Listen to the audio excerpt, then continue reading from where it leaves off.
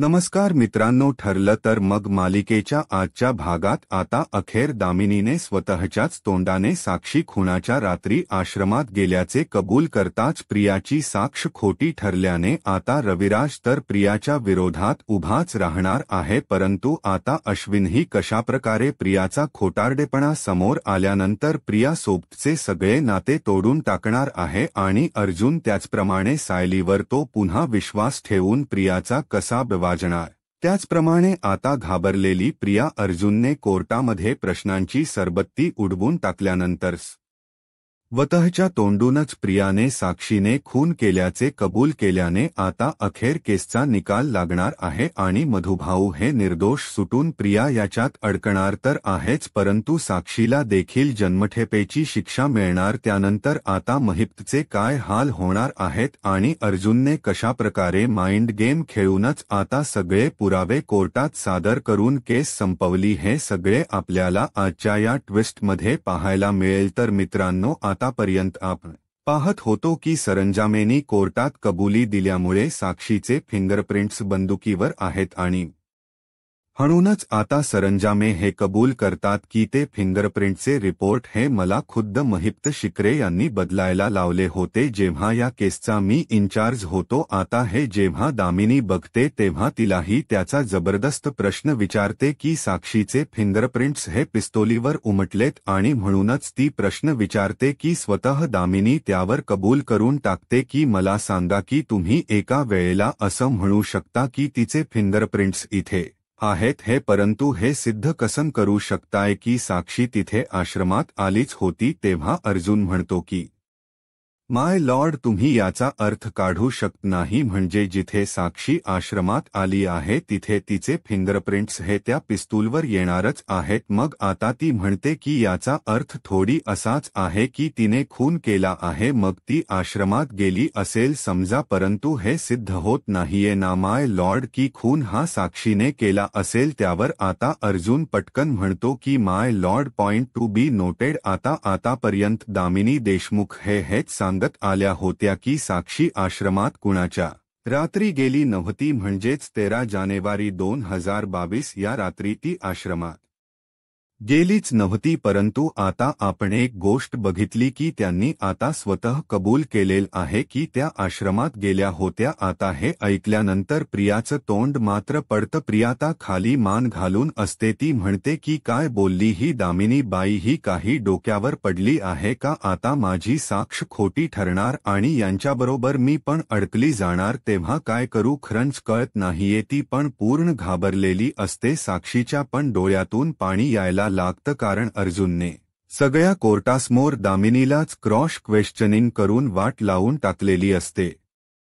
सायलीला आता खूप आनंद होतो, कारण फायनली तिच्या मनासारखं होत असतं। आता मग साहेब हे सगळं म्हणत असतात की ठीक आहे अर्जुन सुभेदार यांनी या केसमध्ये हे तर सिद्ध केले की खुनाच्या रात्री साक्षी आहेत त्या या सगळ्यामध्ये संशयित आहेत, म्हणूनच साक्षीने हे सगळं लपवण्याचा प्रयत्न केलेला आहे आणि तुम्ही दाखवलेल्या पुराव्यांच्या आधारे हे सिद्ध होते की साक्षी शिखरे त्या रात्री आश्रमामध्ये होत्या, मग त्यांनीच हा खून केला आहे की नाही हे सगळं सिद्ध करण्यासाठी अर्जुन सुभेदार तुम्हाला आणखी पुढची हिअरिंग एक दिली जातीये आणि इथे संशयाला जागा आहे की त्यांनी सगळ्या गोष्टी लपवण्याचा प्रयत्न केल्यात, म्हणजे एक महत्त्वाचा मुद्दा हा कुठलंतरी पलाय तो तुम्ही शोधून काढायचा आणि जर तुम्हाला असं वाटतं की साक्षीनेच खून केलाय तर तुम्हाला आणखी एक कोर्ट संधी देते की तुम्ही पुढच्या हिअरिंगमध्ये ते सिद्ध करायच। तुम्ही म्हणताय ते खरं आहे, हे आणखीन पुरावे सादर करा। आता रविराज मात्र रागानेच प्रियाकडे बघायला लागतो, कारण त्याला कळलेलं असतं की प्रिया ही खोट बोलली आहे। प्रियाला चांगलाच घाम फुटतो जस रविराज आता तिच्याकडे बघायला लागतो ना तेव्हा हा प्रिया घाबरायलाच लागते। सगळे जण कोर्टच्या बाहेर पडतात, महिप्त साक्षी गपचूप तिथून निघून गेलेले असतात। महिप्त आता दामिनीच तोंड देखील बघत नाही। प्रिया बाहेर येते तेव्हा रविराज तिला थांबवतो आणि म्हणतो की सांग मला तन्वी, आता हे सगळं काय आहे? म्हणजे दामिनीने हे कबूल केल कोर्टात आज की तिकडे साक्षी होती? मग तू हे कोणत्या गोष्टीवरून सांगतेस की तिथे साक्षी आलीच नव्हती किंवा तू साक्षीला पाहिलंच नव्हतं? याचा अर्थ तन्वी तू खोट बोलतीयस मी तुला आताच सांगतो तू यामध्ये ना खूप वाईट अडकू शकतेस मग एक वकील म्हणून मीही काही करू शकणार नाही एक गोष्ट कायम लक्षात ठेव तरीही ती मात्र आपलं स्टेटमेंट बदलणार नसते ती म्हणते की नाही मला खरंच कळत नाही ती दामिनी वकील असं का बोलते परंतु बाबा मला जोपर्यंत आठवत्य तोपर्यंत तिथे अजिबातच ती नव्हती असं म्हणून आता तो तिच्यावर पुन्हा चिडत असतो आणि मग प्रिया कसला तरी बहाणा काढते आणि म्हणते मला ना बाबा निघावं लागेल कारण काय ना काल पण मी तिकडे गेले नव्हते त्यामुळे मला सासरी जावंच लागणार आहे खरं तर आज मला येण्याची इच्छा होती परंतु मी निघते घरी सगळेजण विचार करत असतील वाट बघत असतील आणि मला कल्पना आईचा पण फोन येऊन गेला होता तेव्हा मग रविराजला कळत असतं की प्रियाना या सगळ्यामधून तोंड फिरवण्याचा प्रयत्न करते ती हे सगळं मुद्दाम करते हे त्याला अगदी चोखपणे माहीत असतं म्हणूनच अति त्याच्याशी काहीतरी बहान करते आणि म्हणते की बाबा मी निघते प्लीज तुम्ही माझ्यावरचा अविश्वास दाखवू नका तरीही तीच तेच म्हणणं असतं ती आता म्हणते की ठीक आहे मी निघते तुम्ही काळजी घ्या आणि प्लीज आईची काळजी घ्या तिला या केसच काही टेन्शन देऊ नका असं ती मुद्दाम त्याला बोलून दाखवत असते जेणेकरून तिला प्रतिमाची खूप काळजी आहे असं रविराजला कळावं यासाठी तीच हे सगळं कारस्थान सुरू असतं इकडे महिप्त पण खूप चिडलेला असतो महिप्त हा लगेच दामिनीच या ऑफिसमध्ये येतो आणि म्हणतो की ओ दामिनी बाई तो आता दारू पिऊन पूर्ण थाट झालेला असतो तेव्हा ती म्हणते की काय शिकरे हे काय तुम्ही पुन्हा दारू पिऊन इथे ऑफिसमध्ये आलात तुम्हाला सांगितलं होतं ना की दारू पिऊन माझ्या ऑफिसमध्ये यायचं नाहीये तेव्हा तो म्हणतो की कसलं काय तुमचं ऐकायचं तुम्ही आमचं काय ऐकता मला सांगा ना अहो एक विनंती केली होती हो तुम्हाला की माझं लेकरू या सगळ्यातून सुरक्षित सुटलं पाहिजे माझ्या मुलीला याची शिक्षा नाही मिळाली पाहिजे तरी पण तुम्ही माझं ऐकलं का सांगा ना माझं ऐकलं का असं तो मोठमोठ्याने ओरडूनच विचारत असतो तेव्हा दामिनी म्हणते की हे बघा शिकरे तुमचं तोंड जरा तुम्ही बंद ठेवा मी माझ्या बाजूने प्रयत्न करतेच तेव्हा तो म्हणतो की कसले प्रयत्न अहो आज बघितले ना तुमच्या कोर्टात मी प्रयत्न तुम्ही सरळ सरळ माझ्या लेकीबद्दल बोलून मोकळ्या झालात की ती आश्रमात होती म्हणजे कुणाच्या रात्री ती आश्रमात होती त्या बंदुकीवर तिचे फिंगरप्रिंट ते सापडले छापे सापडले मग नेमकं आणखी तुम्ही काय विचार करताय कोर्ट काय करणार आहे तो जज तो काय माझ्या लेखीला सोडणार आहे का तुम्ही हे सरळ सांगून मोकळ्या झालात तुम्हाला कळतंय का तुम्ही काय केलंय ते माझ्या मुलीला अर्ध तुम्ही अडकवलंय आता मुलगी माझी 113% याच्यामध्ये अडकणारच आहे तेव्हा मग दामिनी म्हणते की हे बघा शिखरे तुम्ही जरा शांत व्हा आणि अजूनही कोर्टाचा निकाल लागलेला नाहीये अजून एक हिअरिंग आहे त्यामध्ये अर्जुन काय करू शकणार आहे आता फिंगरप्रिंट तर त्याने मागवले त्यानंतर आणखी कुठल्या गोष्टी त्याच्याकडे कुठलाही पुरावा नसणार आहे त्यामुळे तुम्ही जरा ना शिखरे शांत व्हा आणि ना तुम्ही या गोष्टीचा विचार करा की कशाप्रकारे तो अर्जुन आणखी पुरावे शोधू शकणार नाही तर त्यासाठी तुमचा ती मोहरा आहे ना प्रिया तिला तुम्ही जरा कामाला लावा आणि माझं येऊन इथे डोक खाऊ नका तुम्ही तेव्हा मग तो म्हणतो की ती तन्वी ती तर काय कामाची नाहीये ती प्रिया फक्त त्या सुभेदारांच्या घरी जाऊन मस्त ऐश आरामात राहते बाकी तिला कुठलं काही समजत नाही किल्लेदाराकडे आराम करते त्या सुभेदारा आराम करते एवढंच चाललं तिचं तिला तर मी बघतो जर माझी मुलगी यातून सुटली नाही ना तर तिला तर मी सोडणार नाहीच त्यावर लगेच ती म्हणते की अहो तुम्ही काय तिला सोडणार नाही किंवा नाहीच्या बाता करताय तिला कोर्ट सोडणार नाहीये तिने कारण खोटी साक्ष दिले तुमच्या मुलीच्या विरोधात ही गोष्ट तुम्ही लक्षात घ्या तेव्हा तो म्हणतो की वेळ आली ना तर त्या प्रियाला पण मी याच्यात अडकवायला कमी करणार नाही मॅडम काही पण करा मी हातापाया पडतो परंतु माझ्या साक्षीला यामधून सोडवा तिची काहीच चूक नाहीये हो तिला सोडवा तेव्हा ती म्हणते की कशी काही चूक नाहीये अहो तुमच्या मुलीच्या आतून खून झालाय मग महिप्त म्हणतो की त्याच्यासाठीच तुम्हाला विनंती करतोय मी की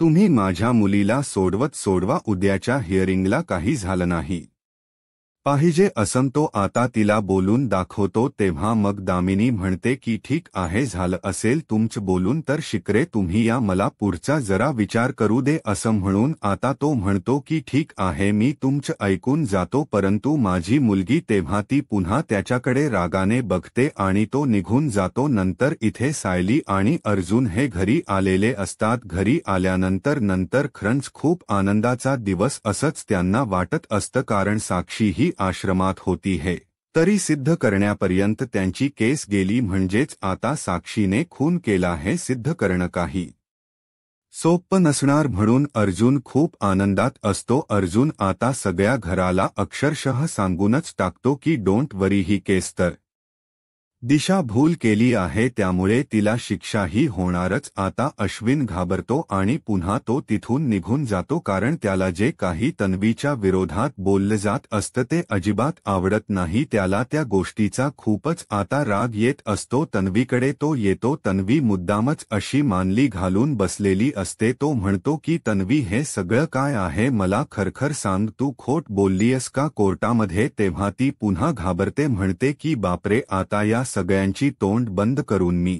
इथे येऊन बसले शांत राहण्यासाठी तर हा इथे येऊन मला प्रश्न विचारायला लागलाय। तेव्हा मग तो म्हणतो की तन्वी मला खरखरं सांग काय केलीस तू। अगं आज कोर्टात हे सिद्ध झाले असं दादा सांगतोय की फॉरेन्सिक रिपोर्ट नुसार त्या बंदुकीवरती साक्षीचे फिंगरप्रिंट होते। मग तू मला सांग हे खोट का बोललीस तू। खरंच साक्षीनेच तो खून केलास का तू कोणाच्या दबावाखाली घेऊन हे सगळं केलीस का खरं खरं सांग मला काय आहे। तेव्हा ती म्हणते की प्लीज प्लीज असं नको करूस तू तरी शांत हो ना मला ना या सगळ्या प्रश्नांनी खूप त्रास होतो। तेव्हा अश्विन म्हणतो की हे बघ जर तू सच्ची आहेस तर मग तुला त्रास होण्याच कारण काय आहे। अगं तू खरं बोलतेस ना मग तुला काहीच घाबरली नाही पाहिजेस। तू खरं बोलण्याला कधीच भीती नाही वाटत याचा अर्थ तू काहीतरी लपवले आहेस। आणि एक गोष्ट लक्षात ठेव जेव्हा कोर्टामध्ये हे सिद्ध होणार की साक्षीनेच खून केलाय त्यावेळेला मात्र तुझी काय हालत होईल हे तुलाही माहिती नाहीये। कोर्टामध्ये तुलाही शिक्षा दिली जाऊ शकते आणि महत्त्वाची गोष्ट म्हणजे तू मला फसवतीयस हे जर त्यावेळेला सिद्ध झालं आणि मग मी मात्र काय करेन हे माझं मला माहित नाही। त्या क्षणी मी तुझ्याशी नातं तोडलेलं असेल या घराशी तुझं कायमचा संबंध संपलेला असेल ही गोष्ट लक्षात ठेव तू तन्वी। आता कितीही काही झालं तरीही कोणीही तुला अजिबात वाचवू शकणार नाही आणि तू खोटी साक्ष दिलीस हे गोष्ट लक्षात ठेव आणि मला समजेल की तू खोट बोललीस त्या दिवशी घरातला आणि माझ्या आयुष्यातला तुझा शेवटचा दिवस असेल आणि मी माझ्या हातानेच तुला घराबाहेर काढणार। तेव्हा मात्र प्रिया गप्प बसते। आता तिला काहीच बोलता येत नसतं। नंतर अर्जुन सायली हे मध्ये असतात तेव्हा सायली विचार करत असते की अर्जुन सर आज तुम्ही हे सगळं मध्येच का काढलं म्हणजे इतके दिवस तुम्ही बोलत होतात की कोर्टातल काहीच घरात बोलायचं नाही प्रियाला क्लू मिळू शकतो परंतु आज तेव्हा अर्जुन म्हणतो की सायली काय ना यामध्ये माझा एक माइंड गेम होता। मी एक स्ट्रॅटेजी आखली होती आणि त्यामध्ये ती प्रियाना भरपूर अडकलेली आहे आणि तिला मी बघितलं ना ती खूप घाबरली आहे। आतापर्यंत मी तन्वीला विटनेस बॉक्समध्ये बोलावलं नव्हतं ना आता उद्या बघ मी काय करतो। उद्याच मी तिला विटनेस बॉक्समध्ये घेतो मग मी प्रियाला बोलावल्यानंतर काय करतो हे गंमत तुला उद्या बघायची आहे तर मग आपण बघूया। ती म्हणते की आता पुरेसे पुरावे आहेत आणि आपल्याकडे जो मेन पुरावा आहे ना तो उद्या मला कोर्टात सादर करायचा आहे आणि प्रियाची फजिती करायची कारण प्रिया ज्याप्रमाणे तिच्या बिळात म्हणजेच तिच्या रूममध्ये लपून बसली ना त्यावरून माझ्या लक्षात आलं आहे की ती खोट बोलली आणि उद्या काही ना काहीतरी ती कोर्टात विटनेस बॉक्समध्ये नक्कीच गडबड करणार आहे। तेव्हा सायली आता अर्जुनकडे बघत राहते। ती म्हणते की अर्जुन सर खरंच तुम्ही बरोबर मेंदू वाचताय प्रियाचा मलाही तेच वाटते। कालही तिला वाटत नव्हतं तेव्हा तिला रविराज काकांनी काहीतरी विचारलं असणार म्हणून तिने नाटक केलं, आज आपण तिला विचारलं म्हणून तिने नाटक केलं, आता उद्या काय करणार ते तू बघतच रहा अस अर्जुन तिला म्हणतो. आता उद्याच्या दिवशी म्हणजेच हिअरिंगला सुरुवात झालेली असते, बाकीचे सगळेजण आलेले असतात. आज सगळेजण कोर्टामध्ये हजर असतात, म्हणजेच शेवटची हिअरिंग असेल म्हणून कल्पना, पूर्णाजी त्याचप्रमाणे अस्मिता सगळेजण कोर्टामध्ये आलेले असतात. त्यावेळेला पुन्हा एकदा जे फॉरेन्सिक रिपोर्ट असतात ते फॉरेन्सिक रिपोर्ट अर्जुन देतो आणि म्हणतो की जज साहेब, मला आता आणखी एक गोष्ट सांगायची आहे, ती म्हणजे की या दिवशी खुनाच्या दिवशी या फिंगरप्रिंट्स म्हणजे या बंदुकीवर आणखी एका व्यक्तीचे निशाण आहेत, ते म्हणजेच तन्वी सुभेदार. तेव्हा तन्वी घाबरते, तो तिला विटनेस बॉक्समध्ये बोलवतो आणि म्हणतो की मला नक्की सांगा की तुम्ही हे सगळं काय केलेलं आहे, म्हणजे या सगळ्या गोष्टीत तुमचे फिंगरप्रिंट्स कसे काय आले याच्यात. मग याचा अर्थ असा आहे की तुम्ही खून केलाय. दामिनी म्हणते की ऑब्जेक्शन माय लॉर्ड, अहो हे चाललंय का मिस्टर सुभेदारांचं, म्हणजे सुरुवातीला म्हणतात की साक्षीने खून केलाय, नाही तिचे फिंगरप्रिंट्स आहेत. आता ते सांगतायत की प्रियाने खून केलाय, सॉरी तन्वीने खून केलाय आणि तन्वीचे फिंगरप्रिंट्स आहे. नक्की त्यांनी ना काहीतरी ठरवावं की इतके दिवस ते का घेतात. आता ते सांगतायत की तन्वीने खून केलाय म्हणून. तेव्हा मग जज साहेब म्हणतात ऑब्जेक्शन सस्टेंड. मला सांगा तुम्ही मिस्टर सुभेदार की तुम्हाला आज आम्ही पुरावे द्यायला सांगितले होते जे की एकदम ठरवू शकतील की खून साक्षीने केलाय, परंतु तुम्ही आज या मुलीला म्हणजेच तन्वी सुभेदारला इथे उभं केले आरोपी म्हणून. तेव्हा तो म्हणतो की माय लॉर्ड, मला खरंच एक गोष्ट कळते, ते म्हणजे की या ज्या काही तन्वी सुभेदार आहेत ना, त्यांनीच ही गोष्ट घडवून आणली आहे, त्यांनीच हे केले. सायलीला मात्र कळून चुकलेलं असतं की अर्जुनचा माइंड गेम म्हणजे नक्की काय, तिच्या तोंडून वधवून घेणं. प्रिया गप्प बसलेली असते, ती म्हणते, तो म्हणतो की बोला बोला तन्वी सुभेदार बोला, तुम्हीचा खून घडवून आणलाय ना आणि तुम्ही साक्षीबद्दल खोट पण आलात, तिकडे ती पण उपस्थित होती, परंतु खून हा तुमच्या हातून झालाय म्हणूनच तुम्ही आतापर्यंत खोट बोलत आलात, तिचा बचाव करत राहिलात आणि स्वतःलाही वाचवत राहिलात, बरोबर की नाही. तुमचा त्यांच्याशी अगदी घनिष्ठ संबंध आहे म्हणून तुम्ही तिला वाचवलं आणि तुम्ही स्वतःही वाचवलात आणि खोट सांगितलंत कोर्टामध्ये की हा खून मधुभाऊने केला, दोघींना वाचायचं होतं म्हणून केलत ना हे सगळं. तेव्हा मग ती म्हणते की नाही नाही, माझा ना तिच्याशी काही संबंधच नाहीये, आम्हाला जेवढा संबंध होता तेवढा मी सांगितला, बाकी की माझा आता तिच्याशी काही संबंध नाहीये. अर्जुन म्हणतो की खरंच संबंध नाही. तेव्हा ती म्हणते की हो नाहीये संबंध. आता त्यावेळेला मग आता अर्जुन म्हणतो की ठीक आहे संबंध नाही. आणि महिपच्या घरातला जो प्रियाचा फोटो असतो श्राद्धाच्या दिवशीचा, तो फोटो अर्जुन तिकडे कोर्टात दाखवतो. सगळे जण तो फोटो बघतात आणि तो फोटो पाहिल्यानंतर सगळे यांना धक्काच बसतो आणि प्रिया, महिप्त आणि साक्षी तिघजणी तोंडात अगदी बोच घालतात, म्हणजे अर्जुनने अगदी योग्य वेळी त्याचा तो पुरावा म्हणजे सुकमाचा एका बाहेर काढलेला असतो. तो म्हणतो की तुमचा संबंध नाहीये तर याची डेट बघा माय लॉर्ड. आता हल्लीच 4-5 दिवसांपूर्वी यांच्या मिसेस म्हणजेच कालिंदी महाडिक यांचा श्राद्धविधी झाला होता आणि त्या श्राद्धविधीसाठी अगदी जवळचे लोक होते, त्यामध्ये या तन्वी सुभेदार उपस्थित होत्या. म्हणजे एक गोष्ट नक्की आहे की तन्वी सुभेदार इतक्या जवळचे आहेत, मग त्यांनी बचावासाठी स्वतःच्या आणि साक्षीच्या बचावासाठी या मधुभाऊंवर खुनाचा आरोप का लावला नसेल. पूर्णपणे शांतता झालेली असते. आता तन्वीला काय बोलायचं काही समजत नसतं. अर्जुन म्हणतो की मी तर म्हणतोय की याच ख्या गुन्हेगार आहेत, यांनी गुन्हा लपवलाय त्याचप्रमाणे गुन्हा केलाय, त्यामुळे एक गोष्ट नक्की की या सगळ्याचा सूत्रधार मेन आहे तो यात तन्वी सुभेदार आहेत आणि त्यांनाही या आश्रम केसमधून खूप मोठा फायदा होणार होता, म्हणूनच त्यांनी बोलून टाकलं खरं तर यांनीच खून केला. आता जोर जोरात तन्वी रडायला लागते आणि म्हणते की नाही, खून मी केला नाहीये, मी साक्ष खोटी दिली आहे. खून हा साक्षीच्या हाताने झालेला आहे. तिने हा खून केलाय. आता साक्षीचं नाव घेतल्यानंतर इथे साक्षीच्या डोळ्यात पाणी यायला लागतं. म्हणजे आता सगळं संपलं. आतापर्यंत काहीतरी बचावासाठी मार्ग होता, परंतु तन्वीने सगळं काही सिद्ध करून टाकलं. स्वतः पुरावा दिलाय की हो, साक्षीनेच खून केलाय, मधुभाऊने केला नाही, ते निर्दोष आहेत. आता मात्र महिप्ती तिथे शांत होतो. अगदी जमिनीत गाडल्यासारखं त्याला वाटत असतं, कारण त्याची मुलगी आता कायमची अडकणार असते आणि दामिनी पण डोक्याला हात लावते, कारण तिच्या आयुष्यातली सगळ्यात पहिली जी केस असते, इतक्या केस नंतर ही पहिली केस ती हरलेली असते आणि त्यामुळे आता अर्जुन म्हणतो my lord point to be noted. स्वतः ज्या आतापर्यंत 2 वर्ष खोटी साक्ष देत होत्या की साक्षी शिखरे तिथे अवेलेबलच नव्हत्या किंवा त्या तिथे हजर नव्हत्या आश्रमात, आता त्यांनी स्वतः सांगितले की आश्रम केसमध्ये साक्षी याच कल्प्रिट आहेत आणि साक्षीनेच खून केलाय. माय लॉर्ड, दट्स ऑल असं म्हणून आता अर्जुन तो केस संपवण्याचा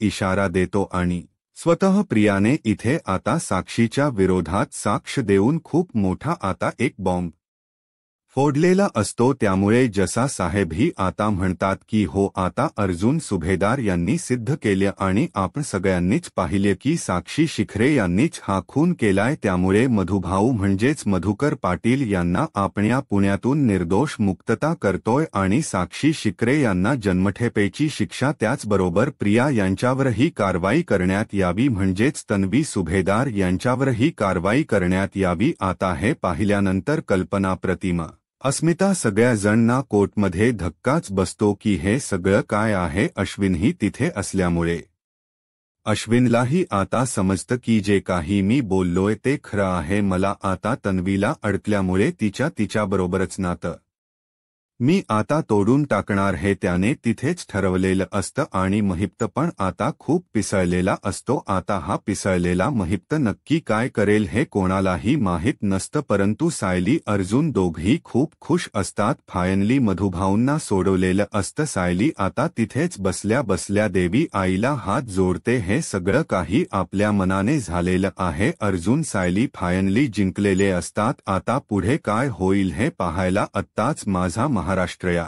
यूट्यूब चॅनलला सबस्क्राईब करा. धन्यवाद.